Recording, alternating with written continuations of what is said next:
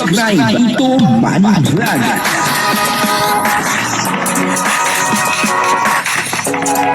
Payagan po si Tito Manny Vlog na mag-reactor para pambiling gamot sa kanya pong karamdaman. Pogi naman pala itong sinasabing boyfriend ni Carla, at ng isa pa ay magaling po pala sa negosyo, at maatikha din sa buhay. Kaya naman pala nagkagusto itong si Carla. Papanoorin po natin yung video at syempre bibigyan po natin yan ng kaunting reaction. Pero bago po yan, ako muna po bumabati sa inyong lahat ng magandang umaga, magandang tanghali at magandang gabi sa inyong lahat mga kapatid, kung saan man kayo ng panig ng mundo naroon ngayon, ay mag-iingat kayo palagi at pagpalain kayo ng ating Panginoon. Maraming salamat din po sa patuloy na tumatangkilik sa aking YouTube channel at nanonood sa aking video reaction. Patuloy lang po natin suportahan sila Kuya Bal Santos Matubang, Kalingap Rob at Edna Vlog, Jack Tapia at yung mga kasama ko pong reactor sa Kalingap. Ganun din po yung mga charity vlogger na Kalingap partner. Ito po yung video na kung saan dito nga ay makikita po natin itong sinasabing boyfriend ni Carla at pogi naman pala. At isa pa ay mabait at magaling din po sa negosyo. Papanoorin po natin yung video at ang kabuuan po ng video ito ay makapanood po natin sa YouTube channel ni Kalingap Jomar. Ayan panoorin po natin yung video. Ito po yung video. Alam mo Carla, naisip ko lang. Di ba patapos naman yung bahay natin? Pagkatapos yung bahay natin, magpakasal na tayo. Sorry!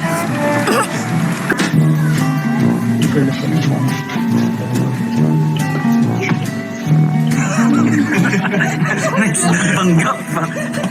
Di ba? Oo nga, matirik pala. Matirik nga ni. Matarik nga ni. Alay ko po. Nice to see you. Magulo wala. Di ba naka-uniform yan, bro? Uy, naka-uniform yan. Hello. TJ, staff binigay sa Jones Chili siya, tapos si Ren, si Carl, yung sa roaming staff. Ano ito na, Carl? Nag-klase. Nakakita pa rin. May pabigay rin sa akin, dito ka na live, Kuya Jones. Ako nag-live kanina. Paano ka na? Sige po, long tanin mo. Kung nasa Ito po guys yung mga namin. Nire-repack nila actually. Bro, ano na baga bro? 548. Overtime. time namin niya. Ayos po. Ano naman po siya? Shop namin. Oo. Sila dyan pa sila po yung nagkakilala. Kasi yung doon sa parang 2024? Ha? 2024. Diyan po, ito na naman po, umalis po namin siya, pero sana po, lumago. So, kaya guys, order na po kayo guys sa ating TikTok po, Shopee Bakir tayo, wala. Tiga-restore ko pa rin sa kasi kwentang kasi kason ko yung sa BI. Oo. Kasi kason ko pa na.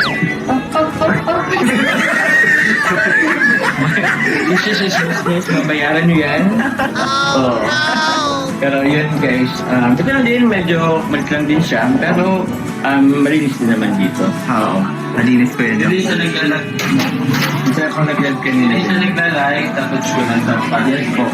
And although kahit nasa ano po siya, nakano sila, tawag dyan, proper uniform. Nakamasdapan. Nakamasdapan. Dito ginaraan lang kita, talog ba dali ako kamasupugod. Magulo lang hindi ka suba. Okay lang yan. Magulo naman buhay ng mga nanonood ng okay, so yun po. Yun lang, ito na naman, porting, ano tawag din? Tour. Porting tour. So mga gusto po mag-order po guys ng aming po mga produkto po. Available po sa Jones Chili Shop po guys. Available po sa TikTok and Facebook po. Sa Facebook po guys, pwede po kayo doon mag-direct message po guys. And then po aming admin na si Jam and yung mga trabahador po namin dito na first staff na nag-asikas po dyan. And also po pag nag-live po ako sa TikTok, kahit na hindi po ako yung nagla-live or host, support nyo po rin guys. Thank you very much po. Kagandahan dito, pag kami nagkakaroon ng gulo. Tulakan na lang yung ano lang. Tapos pag tulakan. Malalim na hospital. Sunset nun, kasama ko kaya Tulakan ang trip namin dito. Kapag halimbawa pagod na kayo, Pag na ako, nahihiyapan na ako sa'yo. Naiinis ako sa'yo. Try nga natin tulakan dito. tama. Ikaw muna ang wala. Ganun. Ano ba topic ko sino tulak? Oo. Ayan ako. Oo, sige. Ayaw.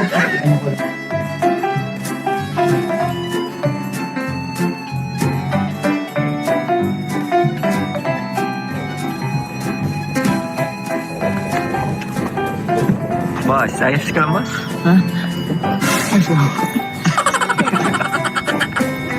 Hello guys, good afternoon po guys. We're here po in Naga. So kasama ko po ngayon po sila Carla, Filippo, and Carl. Ito po sila. Andito po kami guys ngayon po sa Lotus Blue Hotel. Ay, hindi po sa hotel. Yashano Mall pala to. Pero magkatabi lang sila guys. Kasi, meron po kami guys, bibilhin pong regalo po. For Baby LU po. Happy birthday po. Baby LU. So ngayon po, it's already 6:20 po ng hapon. Paggabi na po siya. Let's go guys. Punta na po kami doon. Nauna na po sila. Pero may mahalap kaming toys.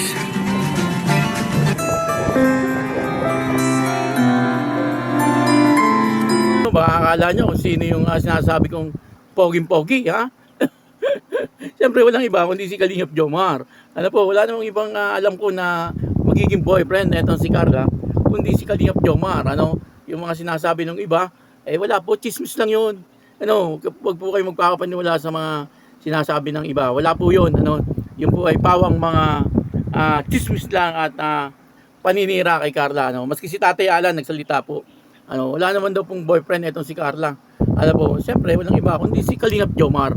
Ano, pero doon sa Tarum, wala naman daw pong boyfriend etong si Carla. Ano po, at eto na nga, ano, nakita po natin na si Kalingap Jomar ay gusto ng pakasalan etong si Carla. No? Si Carla na lang ang parang umaayaw pa sa ngayon. Ano? Si Kalingap Jomar kasi nasa edad na no? 30 mahigit na rin. Si Kalingap Jomar, ano? Tama-tama na po sana. Ano? Kung si Carla ay papayag, ano po, ay okay na. Ano? Pwede naman eh. Pagka sila ay kinasal, di pag-aralin ni Kalingap Jomar etong si Carla. Ano po? Total naman, nakikita po natin na talagang inaayos naman talaga ni Kalingap Jomar yung kanilang magiging future. Ano po, ayun nagtayo nga po siya ng negosyo. At hindi lang po yun ang alam kong negosyo ni Kalingap Jomar. Meron pa po yung rent-a-car. Ano po, grabe, talagang paasenso ang buhay ni Kalingap Jomar. Ano po, at syempre, ganun din po si Carla. Ano po, habang tumatagal, nakikita po natin, ay nagiging maayos din ang buhay po ni Carla. Ano po. At sana, bandang huli ay talagang sila pong dalawa ang magkatuluyan. Sana sila pong dalawa ang magiging forever. Yung panginabangan ng lahat. Ano po, yung makikita po na talagang silang dalawa. Ano po, ang magiging forever. Lalo na po yung mga senior citizen.